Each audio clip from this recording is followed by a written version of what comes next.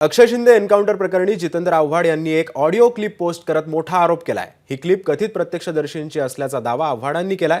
अक्षय शिंदे याची जी हत्या झाली त्याला आता एन्काउंटर म्हणून संबोधलं जातंय, ती कुठे झाली हे प्रत्यक्षात पाहणारा काय म्हणतो ते ऐका। निदान एखादी कथा सांगताना ती खोटी आहे हे उघडकीस येणार नाही याची तरी काळजी पोलिसांनी घ्यायला हवी होती, असं म्हणत जितेंद्र आव्हाड यांनी ऑडिओ क्लिप ट्विट केली आहे। मात्र आम्ही या ऑडिओ क्लिपची पुष्टी करत नाही आहोत।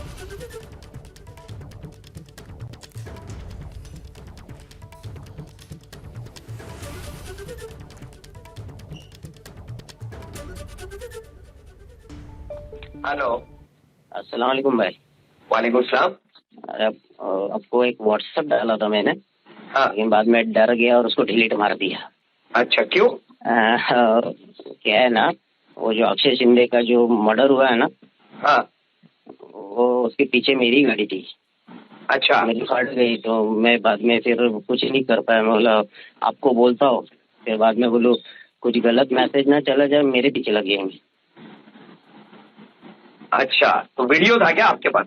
नहीं, वीडियो तो नहीं था। मैं और मेरा सालाम रैली में जा रहे थे हाँ, अपने इसके ऊपर, अपने बाईपास पे, मुमरा बाईपास पे। हाँ, तो वाई जंक्शन ब्रिज पे थे। हाँ, वहां से जा रहे थे। वाई जंक्शन पे हम लोग बाद में पहुंचे, इसका सब टिंग टोंग सुनने के बाद। अब हाँ। हम मुमरा का पहाड़ चढ़ते हैं ना, हाँ, तो अपने पीछे वो आगे मतलब पीछे से ओवरटेक करके आई थी उनकी वैन। हाँ, उसमें ऑलरेडी उन्होंने पर्दे लगाए थे सब यहाँ से। अच्छा, तो पहले उसकी गाड़ी उछली तो ठक करके आवाज आया, हमको लगा गाड़ी का पाटा बजा गया। हाँ, सेकंड आवाज आई तो मैं थोड़ा डर गया, मैं बोला कुछ तो इश्यू होगा। और वो पुलिस वाले ने भी गाड़ी रोकी, वो बाहर है।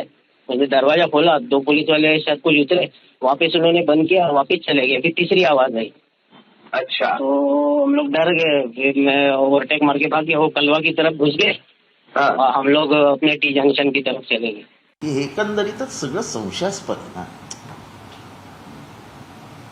तुम्हाला एवढी घाई करायची गरजच नव्हती आणि तुम्ही त्याला बाहेर का काढलं जेलमधनं याचं काही कारण द्या ना। सांगा की आम्ही ह्या कारणासाठी बाहेर काढलं। तुम्ही जेलमधनं म्हणजे मॅजिस्टेरियल कस्टडीमधनं बाहेर काढताना मॅजिस्ट्रेटची परवानगी घेतली होती का? आम्ही त्याला बाहेर काढतो कारण का ती कस्टडी मॅजिस्ट्रेटची आहे, त्या मॅजिस्ट्रेटची परवानगी लागते। ती मॅजिस्ट्रेटची परवानगी घेतली होती का? माझ्या अंदाजाने नाही। प्रश्न न्यायाचा असता तर तुम्ही फास्ट कोर्ट तयार केलं असतं। एबीपी माझा, उघडा डोळे बघा नीट।